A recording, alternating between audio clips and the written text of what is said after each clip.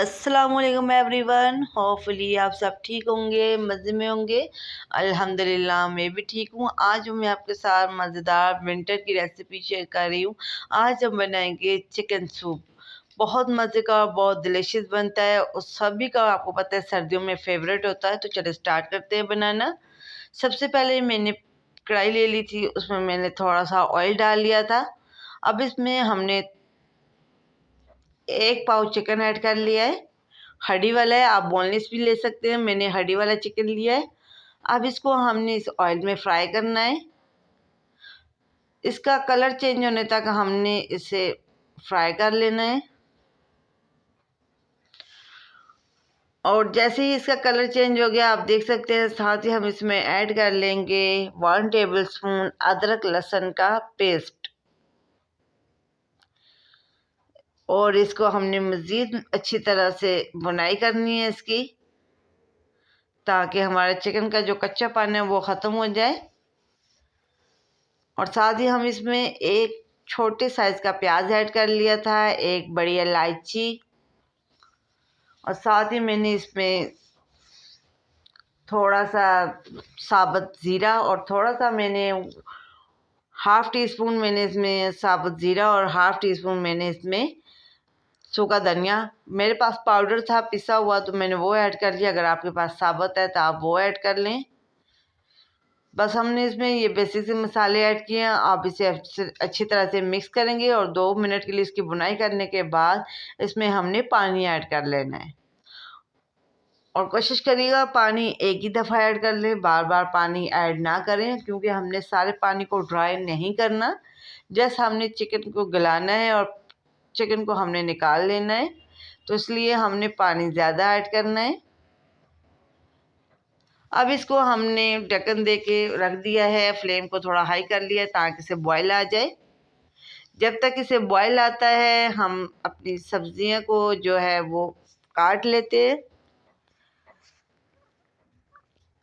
अब मैंने सब्जियां जो है वो चॉपर में डाल ली हैं, थोड़ा थोड़ा हम इन्हें चॉप कर लेंगे।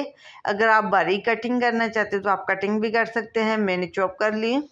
अब सबसे पहले मैंने शिमला मिर्च ले ली। अब इसको चॉपर में डाल के हमने दरदरा सा चॉप कर लेना है। बिल्कुल हम इन्हें बारीक चॉप नहीं करेंगे, बस मोटा मोटा सा हमने चॉप कर लेना है ताकि हमारे सूप में नज़र आए। तो आप देख सकते हैं माशाल्लाह से मैंने शिमला मिर्च को चॉप कर लिया था। तो इसी तरह से हमने गाजर को भी उसका छिलका उतार के कटिंग कर लेनी है और इसे भी ऐड कर लेंगे। और इसको भी हमने दरदरा सा चॉप कर लेना है।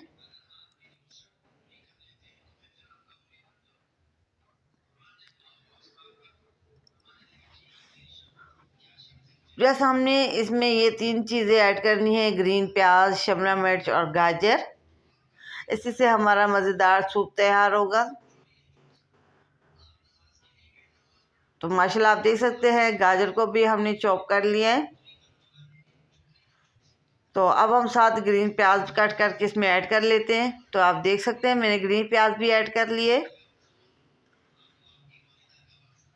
और इधर हमारा जो चिकन था वो अच्छी तरह से बॉयल हो था।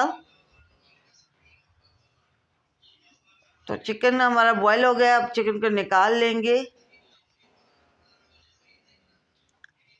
तो अब हमने दोबारा साफ कढ़ाई रख ली है और चिकन हमने निकाल लिया था। अब जो हमारे पास यखनी थी इसे हमने छान लेना है।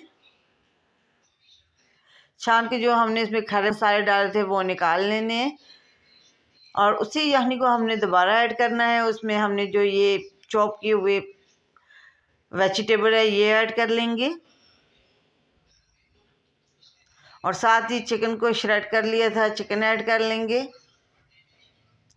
और साथ ही हम इसमें 1 टेबलस्पून सोया सॉस ऐड कर लेंगे और 1 टेबलस्पून चिली सॉस और 1 टेबलस्पून हमने इसमें ऐड कर लेना है सिरका। और साथ ही हमने इसमें 1 teaspoon black pepper, 1 teaspoon chilli flakes और साथ हस्बे जायका नमक ऐड करेंगे। अब इसको हमने अच्छी तरह से मिक्स करना है और अपने फ्लेम को हाई कर लेना है